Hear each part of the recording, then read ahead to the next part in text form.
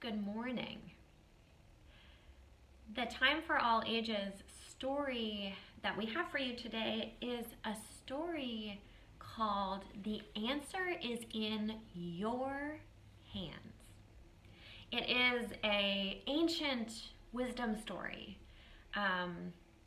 It's a folk tale that has been told for many generations across many different parts of the earth. All sorts of different countries, all sorts of different cultures. This particular telling is adapted from the Indian folktale. So I will start right in with the story and then we can talk a little bit about it after. There once was a wise woman who lived all by herself near a small village. Rumor had it that she could always accurately predict when the rains would come. She could help heal sick children with mysterious herbs. And she could help to calm neighbors who were in big fights. She could help them resolve their fights and their arguments. So people came from all over the land to meet with her and to ask for her advice on matters small and large. Her reputation was such that it was said that she was never wrong. Not ever. But some of the children of the village didn't believe it was possible to always be right. Surely she couldn't know everything. So they decided to test her knowledge. First, they asked her to answer questions about plants. Then they asked her to answer questions about animals and the world. But no matter how hard the questions, she always answered correctly. The children were amazed at her knowledge and her learning.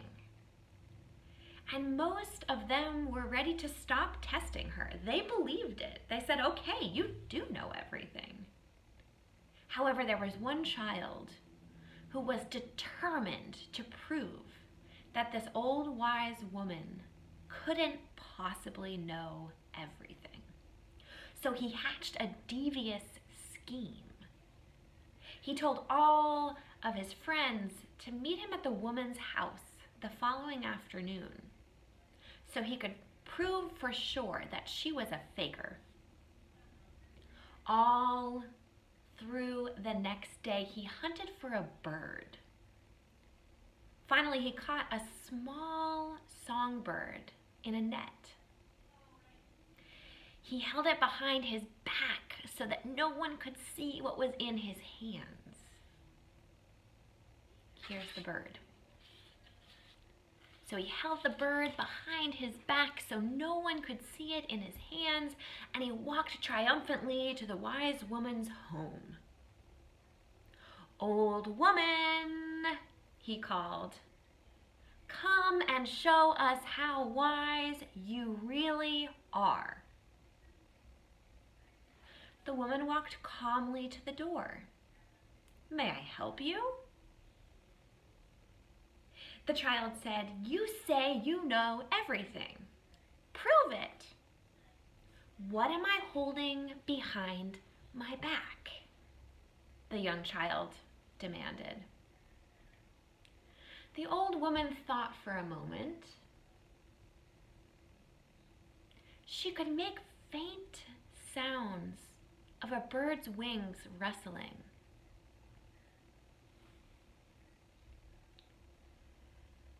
"I do not say I know everything, for that would be impossible," she replied.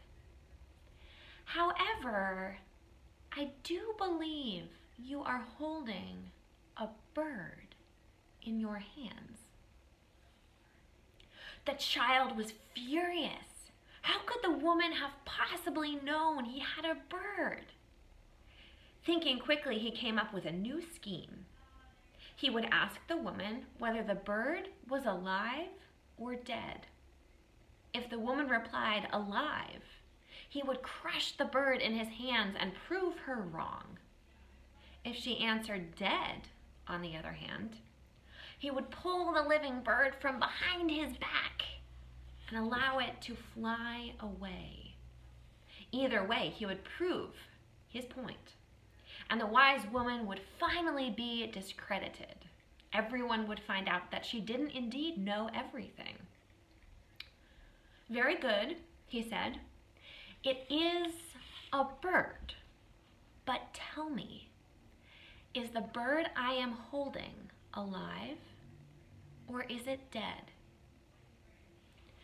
The wise woman paused for a long moment while the child waited in anticipation for his opportunity to prove her wrong.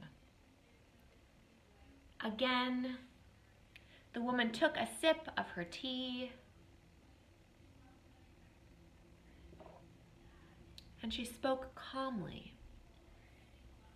The answer, my young friend, is in your hands. The answer is in your hands. The child realized that the wise woman had once again spoken directly, correctly, and truly.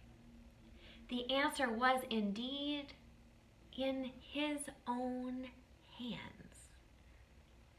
Feeling the bird feebly moving in his hands as it tried to escape his grasp, he suddenly felt very ashamed. The answer was in his hands. So slowly and gently, he brought his hands out to the front of his body, looking into the eyes of the delicate bird. He apologized. "I'm sorry, little one," he said. And he opened his hands and let her go free. The end. The answer was in his hands. Is the bird alive or dead? He, in his own hands, was the one to decide what was going to be the fate of that little bird. This wise old woman knew that.